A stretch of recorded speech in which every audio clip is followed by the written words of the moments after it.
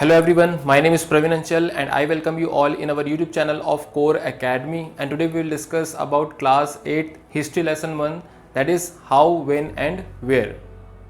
So friends, आप सभी ने ऑलरेडी क्लास 6 और क्लास 7 में हिस्ट्री बहुत अच्छे से पढ़ा हुआ है।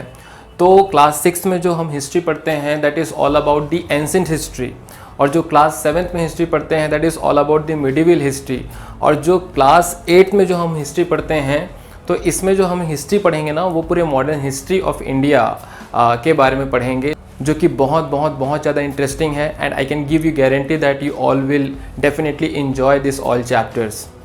तो आज जो ये चैप्टर है वो आप समझिए कि पूरे क्लास 8 के हिस्ट्री का एक इंट्रोडक्टरी चैप्टर है, जिसमें बहुत ही बेसिक बट इंटरेस्टिंग टॉपिक्स के बारे में हम बहुत अच्छे से पढ़ेंगे और समझेंगे। तो ये जो पूरा स्टोरी है इसे मैंने एक टाइमलाइन के माध्यम से समझाया हुआ है, जिसे आप सामने वाइट बोर्ड पे देख सकते हैं। तो ये जो पूरा हमारा टाइमलाइन का जो जर्नी है, जो यात्रा है, वो स्टार्ट होता है ये डेट से। तो यहाँ पर हम देखेंगे कि क्या history is all about dates, क्या सिर्फ हिस्ट्री में सिर्फ और सिर्फ डेट्स होता है क्या, कि इसके अलावा भी बहुत सारी अलग चीज़ें, दूसरी चीज़ें भी होती हैं। तो ये हम लोग समझेंगे इसमें। उसके बाद में हम देखेंगे कि पीरियडाइजेशन कैसे होता है हिस्ट्री में। तो उसके अंडर में हम लोग देखेंगे एक बहुत ही फेमस हिस्टोरियन रहे हैं जिनका नाम है जेम्स मिल। तो जेम्स मिल के बारे में हम लोग बहुत अच्छे से समझेंगे। उसके बारे में इनके अलावा भी जो बाकी हिस्टोरियंस हैं तो उन्होंने क्या कहा इंडियन हिस्ट्री के बारे में, तो वो हम लोग इस वाले टॉपिक में देखेंगे, दैट इज़ अदर हिस्टोरियंस, है ना। उसके बारे में जो नेक्स्ट टॉपिक है वो रिकॉर्ड का है। उसके बाद में हम लोग सर्वे देखेंगे। उसके बाद में सेंसस, और लास्ट में जो है वो अदर सोर्सेस। तो सिर्फ इतनी सी ही चीज़ें जो हैं वो इस चैप्टर में हमें देखना है, और बहुत ही इंटरेस्टिंग है, आप लोगों को बहुत मज़ा आएगा। So let's start this chapter. तो सबसे पहले हम लोग स्टार्ट करते हैं डेट्स के बारे में। तो जो सबसे इम्पॉर्टेंट क्वेश्चन आता है बच्चों के माइंड में कि sir history is all about dates, लेकिन मेरे दोस्तों हिस्ट्री सिर्फ और सिर्फ डेट्स के बारे में नहीं है। हाँ, डेट्स हिस्ट्री का एक बहुत ही इम्पॉर्टेंट पार्ट होता है, बट सिर्फ डेट्स ही डेट्स नहीं होते हैं ना, हिस्ट्री में बहुत सी दूसरी चीज़ भी होती हैं। लेकिन चूंकि हमको हिस्ट्री को एक सीक्वेंस में पढ़ना पड़ता है, जिसकी वजह में डेट जो है ना वो बहुत ही इम्पॉर्टेंट रोल प्ले करती है ना। बट सभी चीज़ें जो है ना वो डेट्स नहीं होती हैं।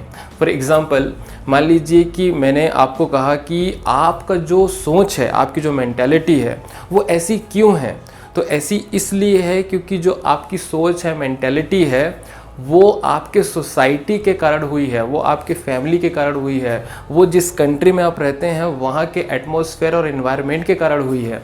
तो आपकी सोच और आपकी पर्सनालिटी को समझने के लिए मुझे बाकी चीज़ों को भी समझना पड़ेगा, देखना पड़ेगा, है ना। और इन चीज़ों को समझने और जानने के लिए इनके हिस्ट्री को भी समझना पड़ेगा, है ना। कि अगर मान लीजिए कि आपकी जो फैमिली है उसकी बैकग्राउंड, उसकी हिस्ट्री कैसी है, आप जो सोसाइटी में रहते हैं उसकी हिस्ट्री कैसी है, आप जिस कंट्री में रहते हैं वहाँ की हिस्ट्री कैसी है। इसीलिए जो हिस्ट्री का आप बाइफर्केशन करेंगे ना, तो ये जो दो वर्ड से मिला हुआ है, बना हुआ है, जिसे बोलते हैं ही प्लस स्टोरी। मतलब ही प्लस मीन्स आप, और स्टोरी मीन्स कहानी। तो आपकी कहानी, है ना। तो ये जो कहानी है वो बहुत से कैरेक्टर से बनकर मिलकर बनी होती है, और इन सभी चीज़ों के बारे में जानना बहुत ज़रूरी होता है, जिसके लिए हिस्ट्री आना और हिस्ट्री को जानना बहुत बहुत बहुत इम्पॉर्टेंट है। ऐसा कहते हैं कि अगर आप हिस्ट्री को समझते हैं और जानते हैं तो आप समझ पाएंगे कि हम अशोक को क्यों द ग्रेट अशोक बोलते हैं, हम अकबर को क्यों द ग्रेट अकबर बोलते हैं, है ना, क्योंकि उन्होंने वैसा काम किया था अपने ज़माने में। तो वैसे ही अगर हम हिस्ट्री को बहुत अच्छे से समझते हैं, जानते हैं, तो हम प्रेजेंट टाइम पे ये डिसीज़न ले सकते हैं कि कौन सा डिसीज़न बहुत बेहतर होगा, कौन सा डिसीज़न बहुत अच्छा होगा, और किन चीज़ों से हमें बचना चाहिए, किन चीज़ों से हमें दूर रहना चाहिए। So this we can understand only when we know about the past. और इन चीज़ों को अगर हम बहुत अच्छे से समझते हैं then definitely our future will be very bright. So there is a very beautiful relation between the past and present and future. So if you know about the past, then you will take the correct decision in present, so that your future will be very bright. So I hope you understood with this little story that history is not all about dates. Dates are just part of history. So now we are starting the next topic, that is called as periodization in Indian history.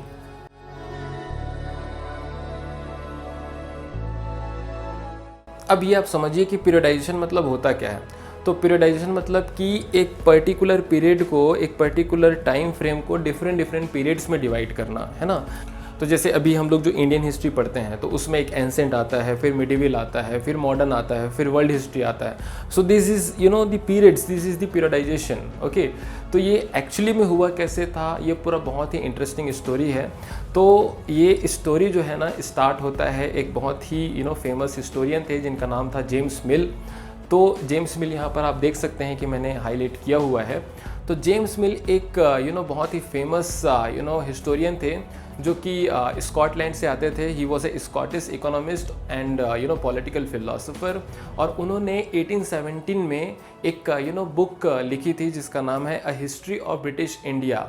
और इस book में इन्होंने Indian history को 3 parts में divide किया था, which is Hindu, Muslim and British India, है ना। तो ये 3 पार्ट्स में उन्होंने डिवाइड किया था। तो ये जो इंडियन हिस्ट्री का पीरियडाइजेशन था जेम्स मिल के द्वारा, तो इसे बहुत से लोगों ने एक्सेप्ट तो किया, लेकिन बहुत से लोगों ने इसको क्रिटिसाइज़ भी किया। तो इसे क्यों क्रिटिसाइज़ किया, देखिए समझिए। तो अगर वो बोल रहे हैं कि ये हिंदू इंडिया है ना, या फिर ये मुस्लिम इंडिया है, या फिर ब्रिटिश इंडिया है, तो आप इसे कैसे बोल सकते हैं, ठीक है। जैसे मान लीजिए कि अगर मैं हिंदू इंडिया की बात करूँ तो क्या उस पर्टिकुलर पीरियड में सभी के सभी लोग जो थे वो हिंदू थे? क्या वहाँ पर कोई मुस्लिम नहीं था? क्या वहाँ पर कोई मुस्लिम्स जो रिलीजन है वो एग्जिस्ट नहीं करता था?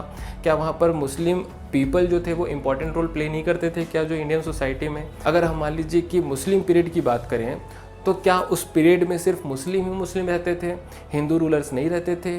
रहते थे भाई, बिल्कुल। आप अगर मिडिवल इंडिया पढ़ेंगे तो हालांकि वहाँ पर मुस्लिम रूल था, लेकिन इंडियंस भी बहुत ही इंपॉर्टेंट रोल प्ले किया करते थे उस ज़माने के सोसाइटी में भी, है ना।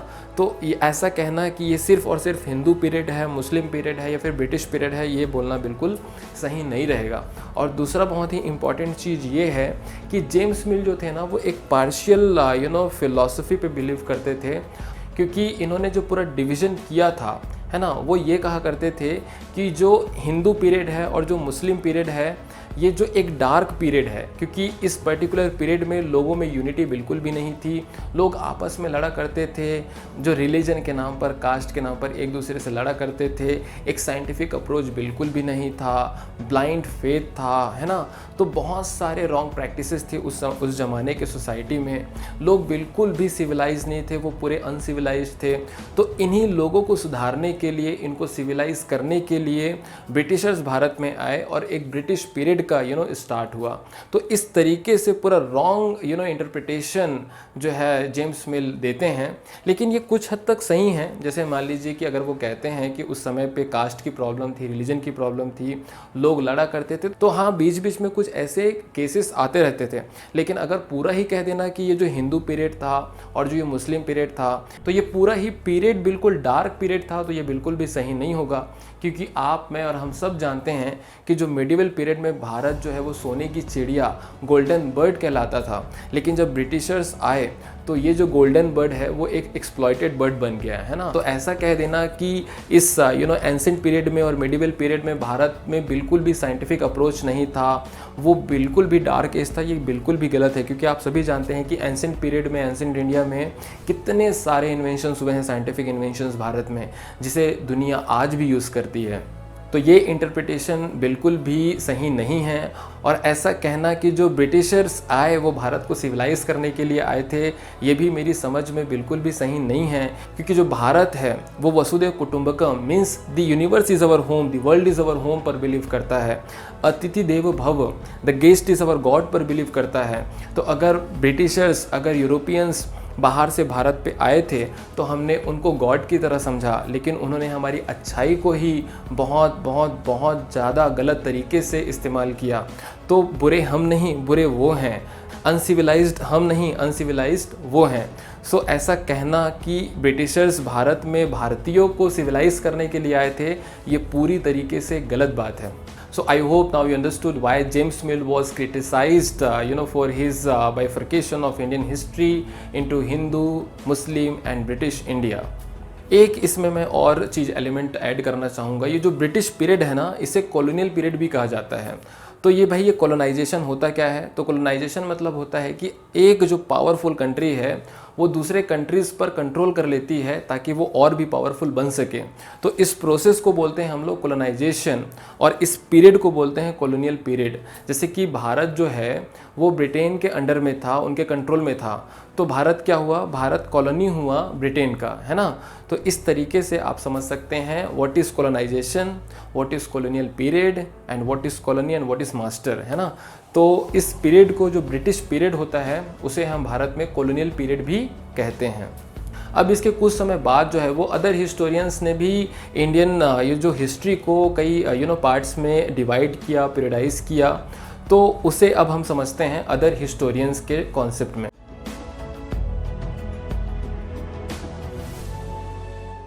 तो यहाँ पर आप देख सकते हैं कि जो अदर हिस्टोरियंस ने भारत के जो हिस्ट्री को 3 पार्ट्स में डिवाइड किया है, जिसे हम कहते हैं ancient history, medieval history and modern history, है ना। तो ये जो ancient history, medieval history, modern history है, ये जो पहले वाले हिंदू, मुस्लिम और ब्रिटिश इंडिया के कंपैरिजन में बेहतर है, लेकिन ये भी पूरा कंप्लीटली करेक्ट नहीं है, और इसमें भी कुछ लिमिटेशंस हैं, इसमें भी कुछ लूप होल्स हैं, इसमें भी कुछ खामियां हैं। तो चलिए इसे और भी बेहतर तरीके से समझते हैं। तो जैसे ये एंसेंट इंडिया है, तो एंसेंट इंडिया जैसे मैंने आपको पहले ही बताया, क्लास 6 में बहुत अच्छे से आपने समझा है। मिडिवल इंडिया, तो मिडिवल इंडिया आपने क्लास 7 में बहुत अच्छे से समझा है, और जो मॉडर्न इंडिया है वो इस क्लास 8 में आप बहुत अच्छे से समझेंगे, है ना। तो जो एंसेंट और मिडिवल इंडिया का जो बाइफर्केशन हुआ है वो तो चलिए ठीक भी है, एक्सेप्टेबल है, लेकिन जो मॉडर्न इंडिया का जो कॉन्सेप्ट है भारत के लिए बिल्कुल भी सही नहीं है, क्योंकि ये जो पूरा डिवीज़न है इसको हमने वेस्ट से बोरो किया हुआ है, और वेस्ट में मॉडर्न पीरियड का मतलब होता है liberty, equality, freedom, democracy, scientific approach, और भी बहुत सारी चीज़ों को वो यूज़ करते हैं अपने मॉडर्न पीरियड को क्लासीफाई करने के लिए, एक्सप्लेन करने के लिए, डिफ़ाइन करने के लिए। लेकिन अगर आप भारत के मॉडर्न हिस्ट्री को समझेंगे और जानने की कोशिश करेंगे तो आपको क्या मिलेगा, how Britishers came into India, how they have exploited Indian resources and Indian people, और जो हमारे भारतीय हैं वो कैसे ब्रिटिशर्स के अगेंस्ट में स्ट्रगल करते हैं और कैसे हमें इंडिपेंडेंस मिला। तो ये सभी चीज़ें हम पढ़ते हैं इंडियन मॉडर्न हिस्ट्री में। तो क्या आपको इसमें equality, liberty, fraternity, democracy, scientific approach, ये जो बहुत ही अच्छी चीज़ें सीखने को मिली? बिल्कुल भी नहीं, है ना। तो इसलिए जो ये मॉडर्न हिस्ट्री है इंडिया का, ये बिल्कुल भी रिलेवेंट नहीं है, बिल्कुल भी सुटेबल नहीं है, इसे हमने वेस्ट से बोरो किया हुआ है ना।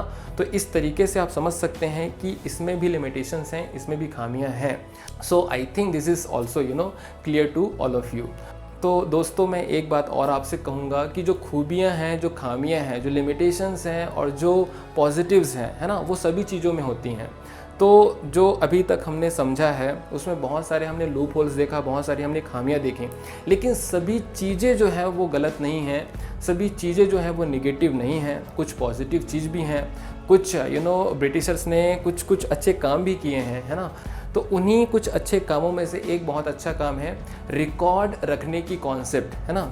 तो चलिए ये वाला टॉपिक हम लोग बहुत अच्छे से समझते हैं।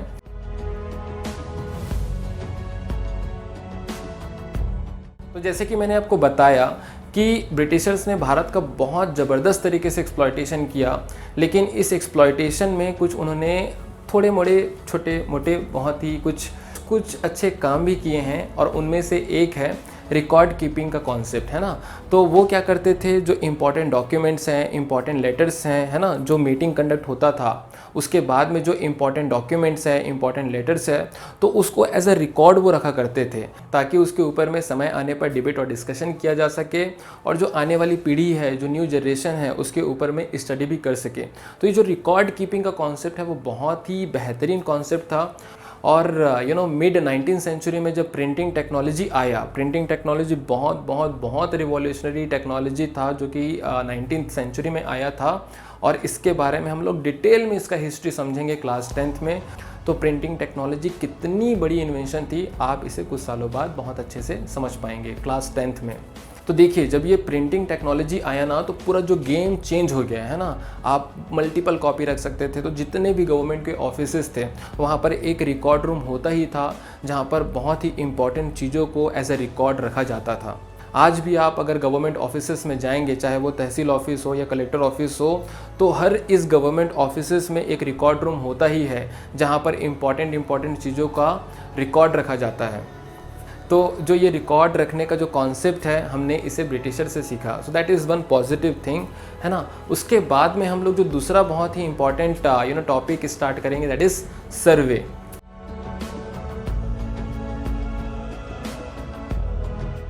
अब देखिए, ऐसा कहा जाता है कि अगर किसी देश पर आपको बहुत अच्छे से रूल करना है तो उस देश के बारे में आपको जानकारी होना बहुत ज़रूरी है। और इस जानकारी को इकट्ठा करने के लिए ब्रिटिशर्स क्या क्या करते थे, सर्वे करते थे। तो उस समय ब्रिटिशर्स जो थे वो भारत में टैक्स का कलेक्शन करते थे, और जो सबसे ज़्यादा टैक्स आता था ना, वो लैंड रेवेन्यू से आता था। जो लैंड का टैक्स था ना, वो सबसे ज़्यादा टैक्स उनको मिलता था। तो इसको और अच्छे से कलेक्ट करने के लिए वो क्या करते थे, लैंड का जो है ना वो सर्वे करते थे कि कौन सा जो लैंड है वो ज़्यादा फर्टाइल है, कौन सा जो लैंड है वो कम फर्टाइल है ना। तो इस तरीके से वो जो है अपने टैक्स का निर्धारण करते थे कि किस एरिया में वो ज़्यादा टैक्स रखेंगे, किस एरिया में वो कम टैक्स रखेंगे। तो इसके बारे में और भी बहुत अच्छे से समझेंगे आने वाले चैप्टर्स में। दूसरा बहुत ही इंपॉर्टेंट सर्वे वो क्या करते थे फ्लोरा एंड फौना का। फ्लोरा एंड फौना मतलब कि जो प्लांट्स एंड एनिमल्स हैं ना, तो आप समझिए कि जो प्लांट्स हैं, जो एनिमल्स हैं, वो बहुत इंपॉर्टेंट होते हैं। क्योंकि जो एनिमल्स हैं ना, जैसे मान लीजिए कि गोट है या फिर काऊ है या फिर बफेलो है, तो इनसे हमें मिल्क और मीट तो मिलता ही है, लेकिन आप देखिए कि मिल्क से कितने सब प्रोडक्ट्स बनते हैं, है ना। आप देखिए कि इनके जो स्किन से भी बहुत सारी चीज़ें बनाई जाती है। तो ये जो एनिमल्स हैं, जो प्लांट्स हैं, प्लांट से देखिए कि मेडिसिन बनता है। तो जो एनिमल्स है और प्लांट्स है वो बहुत इंपॉर्टेंट रिसोर्सेज होते हैं, और इससे लोग एज अ प्रॉपर्टी अपने पास रखते हैं। तो इनका भी जो सर्वे होता है ना, वो ब्रिटिशर्स के द्वारा किया जाता था।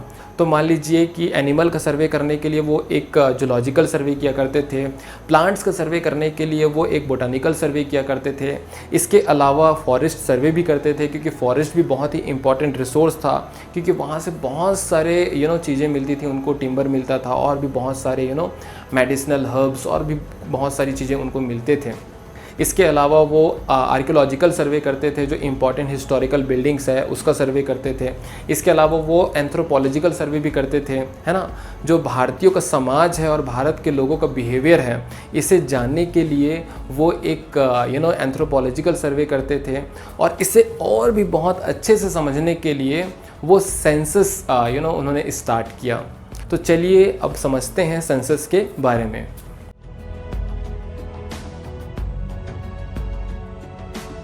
सो फ्रेंड्स, जैसे कि आप सभी जानते हैं कि जो सेंसस होता है वो भारत का पॉपुलेशन को काउंट करने के लिए किया जाता है। और जो फर्स्ट सेंसस पहली बार भारत में हुआ था वो 1872 में हुआ था, लेकिन जो पहला कंप्लीट सेंसस हुआ था वो 1881 में हुआ था। उसके बाद से हर 10 साल में जो है हम लोग सेंसस करते हैं, जैसे कि 1881 के बाद में 1891, देन 1901, उसी प्रकार से 2001, 2011, और जो नेक्स्ट सेंसस होगा ना अगले साल 2021 दैट इज़ 2021 में होगा।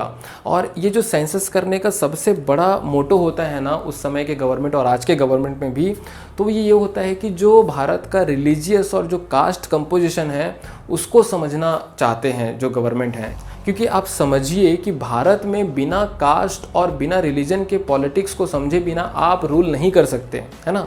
तो इसे बहुत अच्छे से समझने के लिए, ये जो रिलीजियस और कास्ट कंपोजिशन को बहुत अच्छे से समझने के लिए सेंसस किया जाता था। इसके अलावा वो ये भी देखते थे कि लोग किन प्रोविंसेस में ज़्यादा रहते हैं, किन प्रोविंसेस में कम रहते हैं, उनकी ऑक्यूपेशन क्या है, उनकी जॉब क्या है, ताकि वो और भी ज़्यादा टैक्स का कलेक्शन लोगों से कर सकें।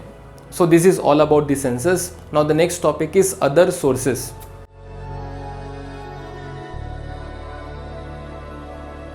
सो फ्रेंड्स, अब तक हमने जो भी पढ़ा, जैसा भी पढ़ा है ना, चाहे वो रिकॉर्ड के बारे में हो, चाहे वो सर्वे के बारे में हो, तो ये सभी चीज़ें भाई कौन कर रहा है, ब्रिटिशर्स कर रहे हैं, है ना। तो अगर आप इन चीज़ों को पढ़ेंगे तो आपको किनका एंगल मिलेगा, किनका पर्सपेक्टिव मिलेगा, किनका ओपिनियन मिलेगा, ब्रिटिशर्स का ओपिनियन मिलेगा, है ना।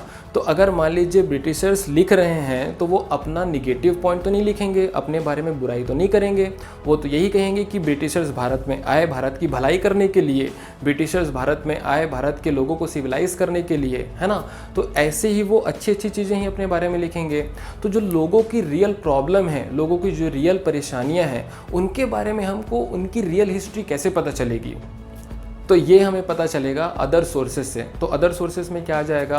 तो इनमें आप लोगों की डायरीज़ को इंक्लूड कर सकते हो, लोगों की बायोग्राफीज़ एंड ऑटोबायोग्राफीज़ को इंक्लूड कर सकते हो। जो फॉरेनर्स आते हैं, जो ट्रैवलर्स आते हैं, वो अकाउंट लिखते हैं तो उनको आप इंक्लूड कर सकते हो। और जो प्रिंटिंग टेक्नोलॉजी आने के बाद तो न्यूज़पेपर जो है वो एक बहुत बहुत बहुत इम्पॉर्टेंट फैक्टर बन गया, तो आप उसे भी इंक्लूड कर सकते हो। और न्यूज़पेपर के बारे में मैं एक चीज़ और आपको बताना चाहूँगा कि जैसे ही न्यूज़पेपर प्रिंटिंग होना स्टार्ट हुआ तो लोग जो हैं उसमें अपने ओपिनियंस लिखने लगे, उसमें अपने थॉट्स लिखने लगे। और इन जो ओपिनियंस और इन जो थॉट्स है, जो लीडर्स के द्वारा लिखा जाता था, है ना, एडिटर्स के द्वारा लिखा जाता था, तो उसको कौन पढ़ने लगा? जो रीडर्स हैं, जो इंडियंस हैं, वो इसे पढ़ने लगे। और जब वो इसे पढ़ने लगे तो उनमें एक नई सोच आई, उनमें एक नया आइडिया आया, उनमें एक नया कॉन्सेप्ट आया। और उनको ये समझ में आने लगा कि जो भारत में ब्रिटिशर्स की पॉलिसीज़ हैं वो सिर्फ़ और सिर्फ एक्सप्लॉइट करने के लिए हैं। तो जब ये लोगों को बात समझ में आई तो भारत के जो लोग हैं वो आपस में कास्ट और रिलीजन के नाम पे लड़ने की बजाय ब्रिटिशर्स के अगेंस्ट में भारत की एकता के लिए लड़ना चालू किए और अपने लीडर्स के गाइडेंस के अंडर में भारत के इंडिपेंडेंस के लिए ज़ोरदार स्ट्रगल किया। और at last we got the independence in 1947 15 of August. तो इस तरीके से जो है हमें आज़ादी मिली, इंडिपेंडेंस मिला। तो स्टोरी बहुत ही इंटरेस्टिंग है। ये सिर्फ एक इंट्रोडक्शन पार्ट है, इसको जो पूरे डिटेल में हम ये पूरे क्लास 8 के जो हिस्ट्री का जो टेक्स्ट बुक है उसमें बहुत अच्छे से समझेंगे। So things are very interesting. Please subscribe to our channel for more such interesting videos. We will meet you in the next video. Till then bye bye, take care of yourself. Thank you.